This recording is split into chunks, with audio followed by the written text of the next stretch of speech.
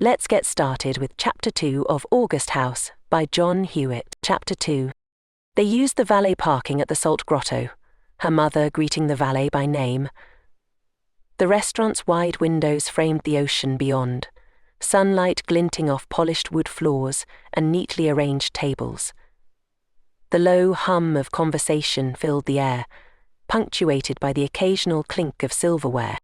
As they walked through the dining area, a few patrons stopped to greet Anne, their voices warm with familiarity. Tilly hung back slightly, nodding politely. Her mother exchanged pleasantries effortlessly, the way someone does when they know their presence commands attention. The hostess led them to a table near the window, where light sparkled across the waves and reflected faintly on the glassware. Anne handed the menu back as soon as she sat down. "The chef's sushi special," she said. Tilly scanned the options briefly, settling on the salmon. They started with light conversation, remarks about City Hall renovations and the seasonal crowds at the beach. It was careful, surface-level chatter, their words skimming past deeper topics. But as the drinks arrived, Anne folded her hands on the table and met Tilly's eyes. "We should talk about August House." Tilly felt her shoulders stiffen. "We should," she said, keeping her voice even. "I want to keep it, Mum. I can make it work." Anne gave her assessment. "Have you thought about what that really means? August House is more than just a house. It's constant upkeep, money, time, energy. And you're only 19. Her gaze didn't waver. "That's a lot for anyone to handle, no matter how much you want it." Tilly smoothed her napkin over her lap, pressing her fingers into the fabric. "I think I can handle it. Fred left it to me for a reason." Anne leaned back slightly, tilting her head. "Fred loved you very much, Tilly. But he didn't always think practically. He didn't know how difficult maintaining that property would become.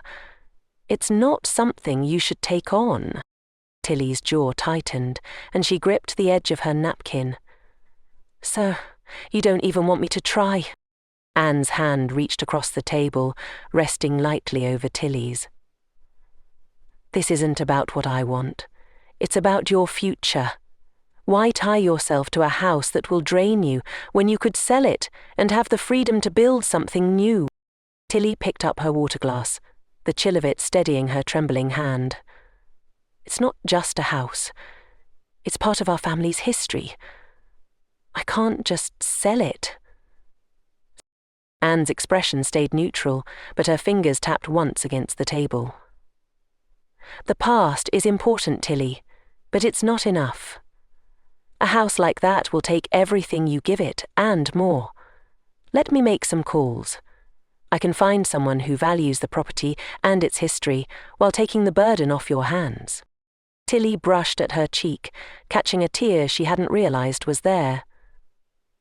"This is my chance to do something meaningful." Anne sat back, her hand still resting on the table. "Let's just explore some options. You might see what's possible when you think about what you could do with that money." Tilly gave a short nod. "Go ahead. Make your calls." Anne smiled faintly.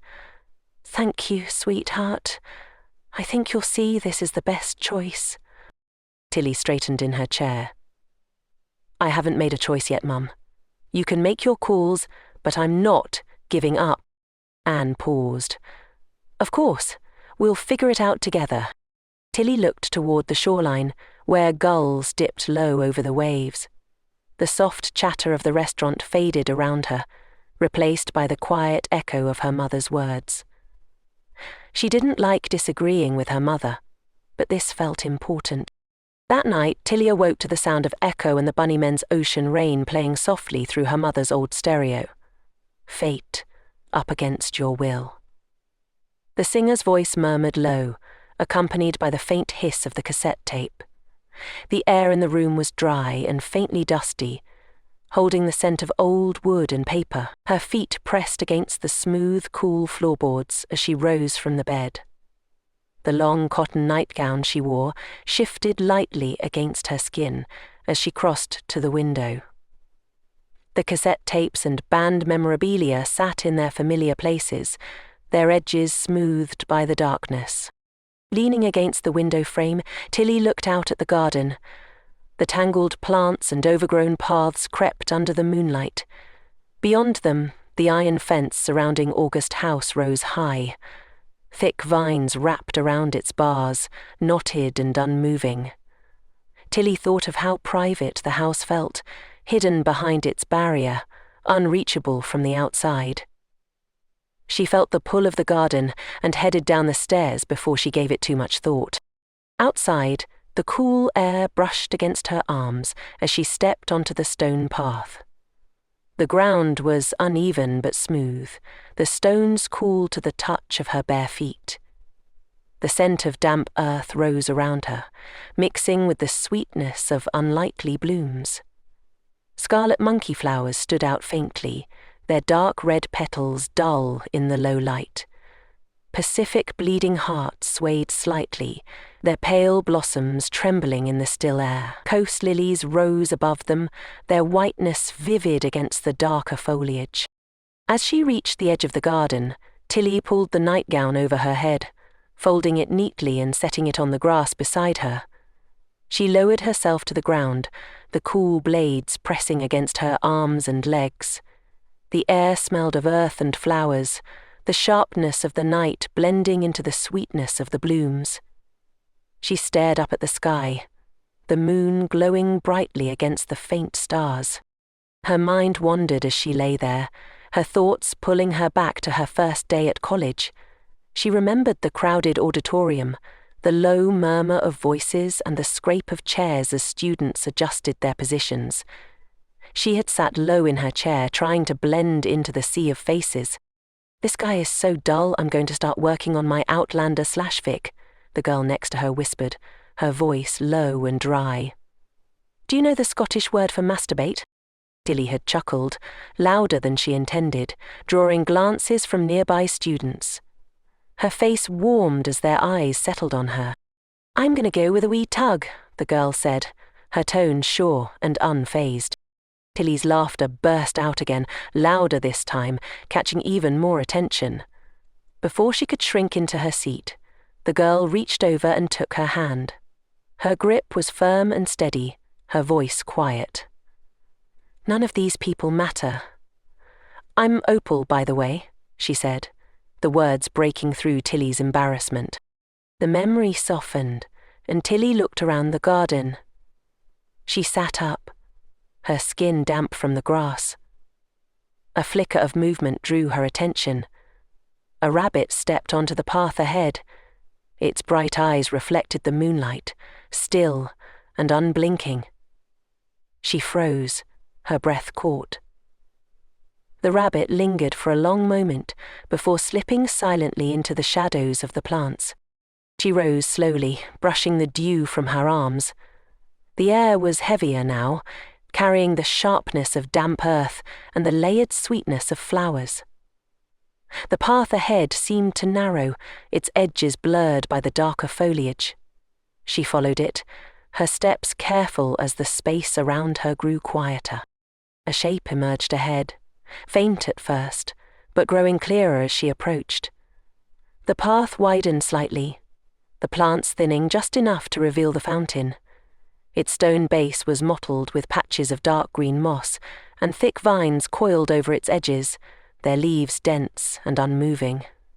The fountain's basin was dry, its surface cracked in jagged lines that spread toward the center like a forgotten pattern. In the middle of the basin stood the fairy, its wings arched high and wide, carved with an exactness that drew her eyes to the delicate lines etched into the stone. The figure's gown flowed downward from her hips, leaving her uncovered above it. Her raised arms angled outward as though presenting something unseen. Tilly stepped closer, her feet brushing against the moss-covered stones at the fountain's edge. She reached out, her hand trailing along the rough lip of the basin. The stone felt dry and uneven beneath her fingers, small grains flaking off at her touch. Her gaze moved to the statue's face. The features were sharp and precise, the eyes tilted upward, the mouth closed in an expression that felt deliberate and unyielding. The air here was colder, carrying the faint scent of peat and old stone. The garden's sounds had faded, leaving only Tilly's breathing and the quiet shift of her steps as she moved around the fountain. She bent slightly, peering into the dry basin. Tarnished coins dotted the cracks, their dull surfaces catching faint glimmers of moonlight. Leaves clung to the edges, brittle and scattered like pieces of a puzzle. The vines wrapped around the base of the statue, their tendrils thick and unmoving. Tilly touched one gently, the texture waxy and smooth, as though the plant had grown stone-like in its stillness. A rustling sound made her turn quickly, her pulse quickening. The shadows beyond the clearing remained dark and motionless. She let her breath steady, but the heaviness in the air didn't ease. The statue reclaimed her attention, its wings catching the faintest trace of moonlight. She pulled herself away, her feet brushing against the moss as she stepped back toward the path. The return felt longer. The plants loomed closer. Tilly moved slowly, like she was wading upstream, until the clearing where she had rested earlier came into view. The grass was still flattened from where she had lain, the cool air brushing softly against her arms. She bent to pick up her nightgown, unfolding it before pulling it over her head. The fabric settled around her, warm against her skin. She stood there for a moment, listening to the garden's quiet before heading back to the porch. The garden was dark and still, though its scent still lingered faintly in the air around her. The memory of the rabbit's steady gaze stayed with her, pressing lightly against her thoughts. Tilly stepped out of the shower. The water had been cold enough to take her breath. She wrapped the towel tighter and caught the faint smell of coconut soap. She shivered and then left the bathroom. The bedroom looked better now. Tilly had cleaned it the day before, and it felt less like a storage room. She glanced at the teal sheets she'd picked, bright against the worn bed frame. The closet door was open a little. Inside, her mother's old clothes hung in neat rows. She glanced at them, then at the clothes she had already laid out, her usual combination of neutral colours, and looked again at the closet before moving on. She went to the full-length mirror and looked at herself for as long as she could stand. Her cheeks were pink, her freckles standing out more than usual. She ran her fingers through her hair, tugging at a knot. Mirrors weren't her favourite. Sometimes she had dreams about them, bad ones. Her eyes went back to the closet. She opened the door wider and looked at the clothes. Silk blouses and skirts with loud patterns, not her style. Her hand landed on a pair of high-waisted shorts and a loose black top. The shorts were stiff, the kind of thing that might have been trendy decades ago. The top was soft, with a wide neckline. She hesitated. These weren't her clothes. They were her mother's. Her mother from a time Tilly couldn't imagine. What had she been like then? Would they have been friends? Tilly thought about the bold prints and colours. Was this just what people wore back in the 80s? Or had her mother been someone who stood out? She picked up the shorts and top and set them on the bed. She dropped the towel and put on the shorts first. The waistband was snug, sitting high on her hips. Then the top. It slid over her head, soft against her skin. The neckline slipped off one shoulder, and the sleeve stopped short of her elbows. She adjusted the hem, tucked it into the shorts, and turned toward the mirror. She looked at herself. The outfit fit well. Maybe better than she expected.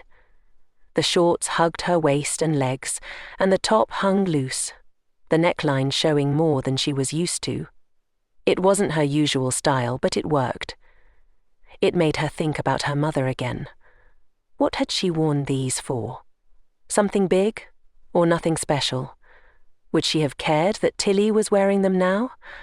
Or would she have laughed at her for making such a big deal out of it? At the vanity, Tilly picked through her mother's old things.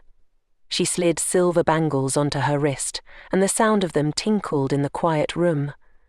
She added a necklace, then opened a compact of blush and brushed a little onto her cheeks. Her hands found the rose-coloured lipstick. She applied it slowly, set it down, and reached for the eyeliner. A thin line over each eye, a flick at the ends. It was enough. She stood back from the mirror again. The girl staring back didn't feel like her, but she made herself accept that it was. Maybe this was a good idea, just for today. If not, no harm done. Her hair was still damp. She combed her fingers through it, pushing it back, then letting it fall. She didn't try for anything more. It was fine the way it was. Tilly turned to the window. The garden below stretched out, wild and tangled in the sunlight. She adjusted the bangles on her wrist, the soft jingle breaking the silence. She thought about her mother again. Younger, someone she didn't know. Would they have understood each other? Would they have laughed at the same things? Tilly felt like the 1980s version of Anne wouldn't have even noticed her. Later that day she sat at the Student Union coffee shop. Her notebook lay open on the table. The words wallpaper removal were underlined a few times. Her pen tapped against the edge of the table. Her eyes drifted from the page to her top. It didn't fit the way she expected. She felt like she stood out. Tilly never stood out. The sound of footsteps broke her focus. A bag thudded onto the booth across from her. Opal sat down and leaned back. She smelled faintly of turpentine, sharp and clean under the scent of coffee. Opal wore denim overalls, loose on her thin frame. The edges were frayed, and there were streaks of paint on the legs, faded and uneven. One strap was twisted and hung awkwardly. Beneath the overalls, she wore a black tank top. Her hair was pulled back in a messy bun. It was light brown, streaked with coppery tones. Freckles dotted her nose and cheeks. She glanced at Tilly's notebook, her hazel eyes quick and restless. Then she leaned back further, tapping her coffee cup with one finger. A smear of dried paint marked her knuckle. "Making the master plan for the house?" Opal asked. Her eyes lingered on the notebook. "Big plans, I hope." Tilly looked at the page. She didn't answer right away. Opal's eyes shifted to Tilly's outfit. "Well, look at you," she said, leaning back and resting her arm along the booth. "This is new. Are you going for the retro heartbreaker thing?" Tilly felt her face warm. She curled her fingers around the pen. "I just thought I'd try something different," she said, tucking her hair behind her ear and pulling at the hem of her top. "Different works," Opal said. "You've got that record cover look. It suits you." Tilly laughed, soft and quick, then looked back at the notebook. "It's my mum's," she said. "I found it in her closet." Opal raised her eyebrows. Her grin spread wider. "Your mum? I need to meet her." She knew what she was doing. Opal's eyes lingered. She tilted her head. Her voice was casual. "So, no bra with that?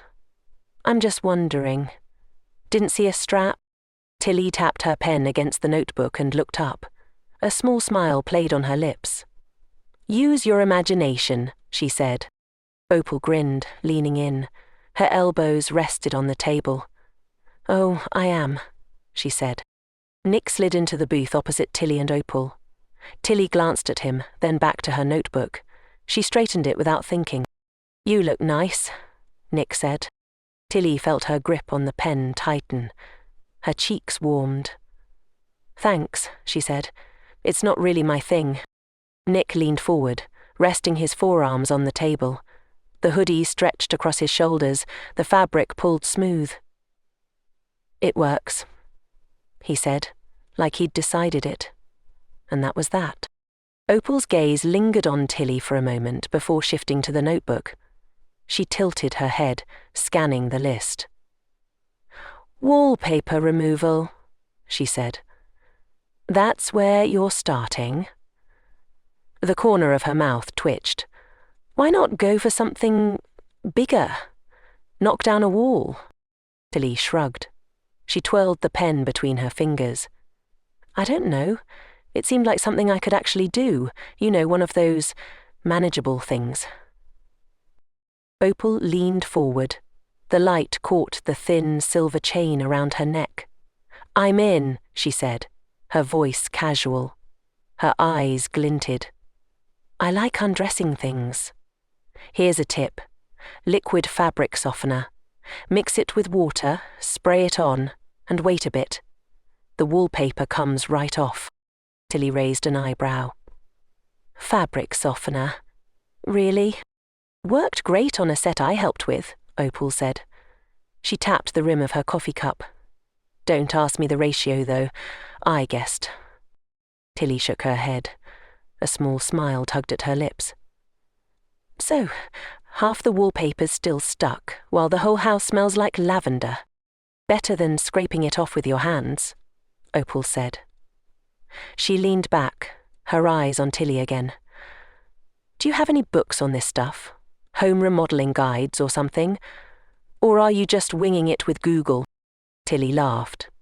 No internet yet, she said. Fred wasn't much of a tech guy. Someone's coming Saturday morning to set it up. Opal sat up straighter, her smile growing. Perfect. I'll come by Saturday afternoon. Someone's got to help break in the Wi-Fi. And finish peeling that wallpaper. Nick, quiet until now, looked over at Tilly, his coffee still in hand. I'd like to see the house, he said. Count me in. Tilly blinked. You'd both come over, just to deal with old wallpaper? Opal shrugged. Old wallpaper, new internet, and a creepy mansion? Absolutely. Nick's mouth twitched. Yeah, I'm in. Wallpaper's not bad. Tilly closed her notebook, trying not to smile too much. A warm feeling settled in her chest. Saturday, then, she said. Just don't blame me if it smells like a laundromat when we're done. The three of them sat quietly. Outside, the wind scattered leaves across the courtyard. The cafe noises filled the pause, mugs clinking, milk steaming. Tilly ran her finger along the edge of her notebook.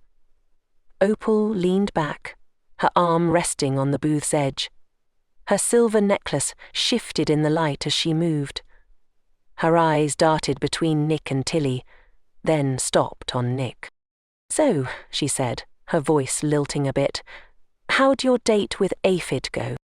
Nick paused mid-sip, then set his mug down. His fingers brushed the edge of the cup. It was confusing, he said. Opal tilted her head, her eyebrows going up. Confusing how? She asked. She leaned forward a little, her necklace shifting in the light. Did she start quoting Nietzsche over dessert or what? Nick laughed quietly and shook his head. Aphid is more new age than existential, he said. She's not questioning her existence, she's embracing it. Like, fully. Intense. Opal laughed again, quieter this time. She pushed a stray curl out of her face. That tracks. So, was it just her talking non-stop? Nick leaned back, his shoulders against the booth. I know it bugs you guys, but I don't mind. I like listening to her, he said. Tilly looked up from her notebook, her brow tightening. She didn't speak, just watched him for a moment, then dropped her gaze back to the page. So, what's the problem? Opal said. She tilted her head, her voice steady. Sounds like you're into her. Nick tapped his thumb against the mug, slow and deliberate. I am, he said. She's fascinating. I like her. But nothing in the down there department. Opal leaned forward. So, No monument to your love? Her tone was light, but her eyes stayed on him, watching. Nick nodded. He turned toward the window. The wind shook the trees and more leaves fell to the ground. Yeah, that about sums it up, he said. Opal sat back. So, are you done with dating? Or is this just an aphid thing? Nick hesitated, his gaze distant. I don't know. Lately, it feels like maybe dating isn't for me. If I'm not all the way in, it's not fair. Not to her, not to anyone. Tilly looked up from her notebook. She rested the pen on its edge. Maybe you just need to slow down, she said. People rush things too much. Maybe you need more time to feel connected before the rest catches up. Opal's eyes sparkled as she leaned back in the booth. So, you're saying, let his heart lead and hope the rod follows. Tilly flushed. She looked back at her notebook. I just mean, maybe don't give up right away? That's all. Opal leaned back, her tone shifting. The teasing was gone now. It's okay to just be friends, she said, her voice quieter. If that's what you both want. But if she's hoping for more and you're not, that's hard. For both of you. Tilly nodded. Yeah, it is. Nick looked into his mug. I hear you, he said. I'll think about it. The conversation moved on. Opal tapped Tilly's notebook, laughing about her plans for August House. But the weight of Nick's words stayed, quiet but present. Tilly's pen hovered over the notebook, tracing faint paths without writing anything. After a quick goodbye, Tilly gathered her things and made her way to sociology. The day passed in a steady rhythm of lectures, notes, and half-scribbled reminders until her last class finally let out. Pulling her bag over her shoulder, she stepped out into the soft evening air, the breeze carrying just a hint of salt from the ocean. Her mother had asked her to stop by, saying they needed to talk. Tilly wasn't sure what it was about, but she assumed it had something to do with August House. She took the long route along Seaside Avenue, a part of her reluctance to hurry. The avenue was alive, its usual evening energy building as locals and tourists wandered between shops and restaurants. The blue glow of mercury vapor streetlights pooled in soft, uneven circles along the damp sidewalk. Though the lights were old, probably terrible for the environment, their faintly surreal hue gave the street a dreamy, otherworldly charm. Her loose hair caught the breeze, brushing lightly against her neck and shoulders. She noticed the occasional glance her way, the gentle click of her boots marking her steps on the pavement. It wasn't her usual invisible stroll through town. A small group near the window of Seaside Espresso glanced her way, their laughter warm and curious. She adjusted the strap of her bag and kept walking, the attention unfamiliar, but not entirely unwelcome. At Rico's Taqueria, the spicy aroma of grilled peppers and lime drifted into the street, mingling with the salty breeze. Outside, Faux 85, the clink of silverware and the low murmur of conversation spilled out, blending with the soft crash of waves against the shore.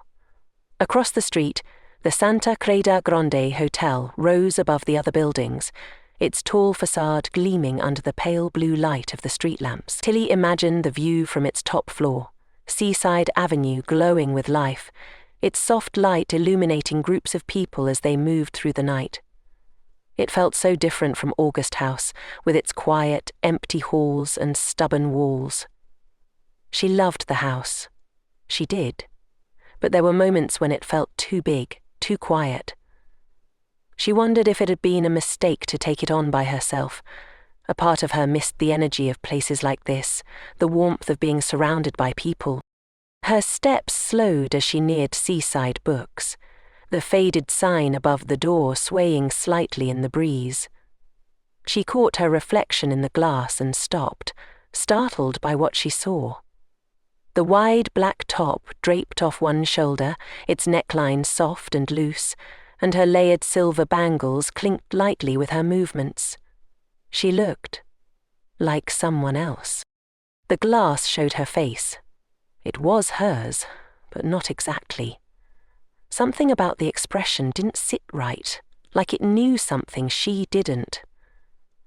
She stared at it a moment longer, brushing a strand of hair back. The movement broke the feeling. She adjusted her bag and stepped inside, leaving her other self behind. The bell chimed softly, and the familiar scent of old paper, cedar shelves, and something faintly herbal greeted her. The store was a patchwork of mismatched wooden shelves and eclectic displays, the warm golden light casting deep shadows in the corners. The floorboards creaked under her boots as she wandered past displays of nature guides and regional histories. In the background, the low crackle of a jazz record played from an old speaker near the counter. Tilly made her way toward the home improvement section, her fingers brushing lightly against the spines of the books. Most of the titles were practical: Fix It Yourself, Home Repairs Made Easy, and Essential Maintenance for Old Houses. She scanned the shelves without focus. Her thoughts were on August House. The repairs felt more enormous than she'd expected, as if they might swallow her whole. "Try that one," a voice said, pulling her from her thoughts. Tilly turned to see a woman standing at the end of the aisle. She was taller than Tilly, her dark blonde waves catching the soft light. A faint scent of incense clung to her, earthy and smoky, like sandalwood. And a tattoo, sharp and rune-like, curled across the back of her hand. The woman gestured toward the top shelf, where a thick, aged book sat slightly askew. "If you're working on an old house, you'll want that one, trust me." Tilly hesitated, then nodded. "Thanks." Tilly reached up to grab the book, her fingertips brushing the spine just as it tipped forward and fell with a heavy thud. Tilly, startled, reached down to pick it up, examining it in the process. The cover was richly detailed, ivy curling around weathered stones and an array of old-fashioned tools bordering the title. The Way of the Weathered Home, Practical Wisdom for Old Souls and Older Houses. She bent to pick it up, surprised by its weight, and flipped it open. The thick, slightly warped pages smelled faintly of sage and ink. The opening line caught her attention. "Every old home has a spirit. Quiet, persistent, and wise.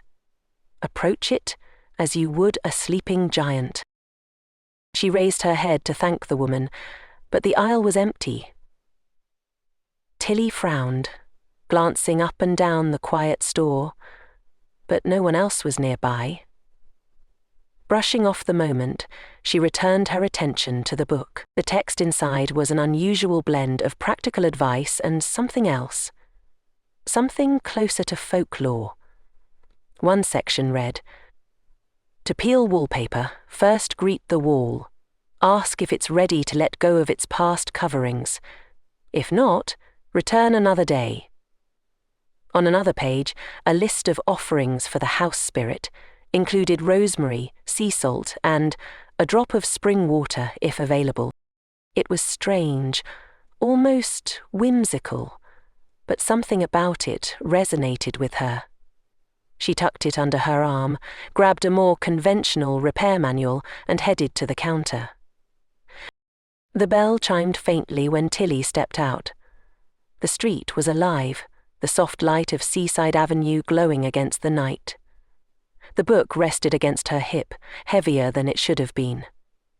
She strolled, her mind turning over the idea of the house. August House had its own voice. She'd always felt it. Now, for once, the thought of listening didn't scare her. It felt like something she could do.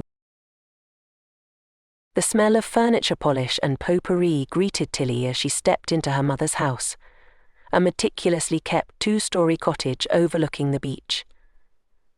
The windows along the back wall framed a perfect view of the ocean. At sunset, the light shimmered off the waves, perfect for entertaining. Despite its elegant decor, polished wood floors, high-end furnishings, and a deck that seemed built for morning coffee overlooking the sea. The house was compact. There were just 2 bedrooms, 3 bathrooms, a kitchen, and a wide living room. You could fit the entire house into August House's ballroom. The yard was even smaller, just a sliver of grass and a neat line of potted plants, but the view and the deck more than made up for it. Tilly had always thought the house seemed designed more for display than for living. She'd barely set her bag down when her mother's voice called from the kitchen. "In here, Matilda." Tilly followed the sound, finding her mother at the counter, slicing strawberries into a glass bowl. She glanced up as Tilly entered, her eyes flicking briefly over her daughter's appearance. Her hand froze mid-slice as her eyes narrowed slightly on Tilly's top and shorts. "Are you wearing my old clothes?" Anne asked with a note of confusion. "Where on earth did you find those?" Tilly's back straightened instinctively, her shoulders pulling taut. "They were in your old room at August House," she said, brushing a loose strand of hair behind her ear. "I didn't think you'd mind." Anne stared for a moment, then gave a soft laugh, shaking her head. "Mind? No, it's been years since I've seen those.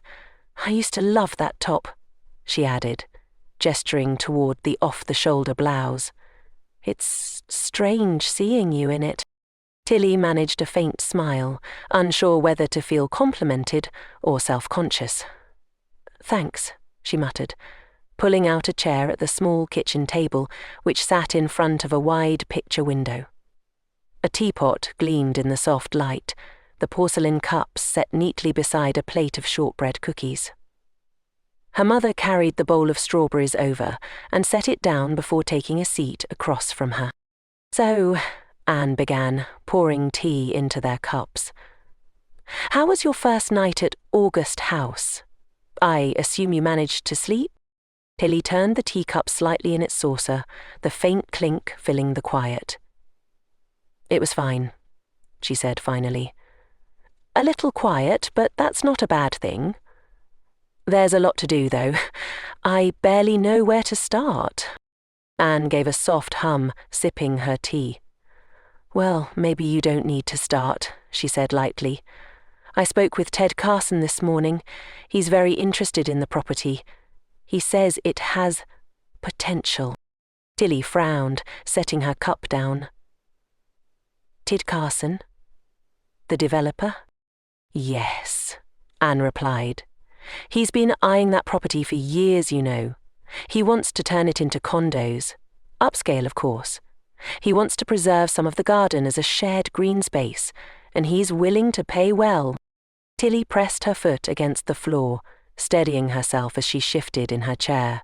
"Mum, I just moved in. I haven't even had time to figure out what the house is yet. It's too soon to talk about selling." Anne's lips pressed into a thin line as her fingers grazed the edge of her cup. "Tilly," she began, her voice deliberate, "that house is a millstone. A massive, expensive millstone. You're 19. Do you really want to tie yourself to something like that?" Tilly met her mother's gaze, her voice faltering. "I don't know, yet. But it's not just a project. It's family. It's ours. Uncle Fred wanted me to have it, and I think I owe it to him to try." Anne sighed, reaching for a shortbread cookie and breaking it in half. "Fred meant well, but he wasn't always practical," she said, brushing a few crumbs from her fingers. "That house, it's a lot, Tilly, and it's not just about money. It's time, energy, and years of your life tied up in a property that will never stop needing something. Ted Carson could take that off your shoulders. You could use the money to travel, to get yourself a nice place, something more appropriate." Tilly looked down at her tea, her shoulders rounding slightly. "What about the money Fred left? You said he set something aside to help manage the house." Anne's gaze lingered on the table. "Yes, he did. she said carefully. And I've been managing it like he asked. But, Tilly, I'm not comfortable spending it on a house you might decide to sell anyway. That money should be used wisely, maybe for your future, or something stable. But isn't fixing up the house what he wanted? Tilly asked, her voice softer now. She was watching Tilly as she spoke. Anne leaned forward slightly, her brow furrowing. Tilly, it's a lot to pour money into a house that may not be worth it in the long run. You don't know how much work it needs yet, and if you sell, the buyer will take care of the repairs anyway. If they even keep the building. Why should we spend your inheritance before you know what you want? Tilly looked down at her tea. I hear what you're saying, she murmured. But right now, I need to figure it out for myself. It's too soon to make a decision. Anne reached across the table, her hand brushing Tilly's lightly. I just don't want you to regret this, Tilly, she said. You're young. You have so much ahead of you. Don't let yourself get stuck. Tilly managed a small smile. Thanks, Mum, she said quietly. I'll keep that in mind. Anne tilted her head. Just promise me you'll think about it. Ted's offer won't last forever. I promise, Tilly replied, though she wasn't sure if she meant it. The talk eased, drifting into safer ground. Mother and daughter chatted for another half hour, just like they used to before the house got in the way. When Tilly left her mother's house, though, the weight of it came with her. Selling wasn't something she wanted to think about. August House belonged to her now. Thank you for listening all the way through Chapter 2 of August House by John Hewitt. Subscribe and choose notifications to know when future chapters are released. In the next chapter, Tilly and her friends have their first experience working on August House. See you then.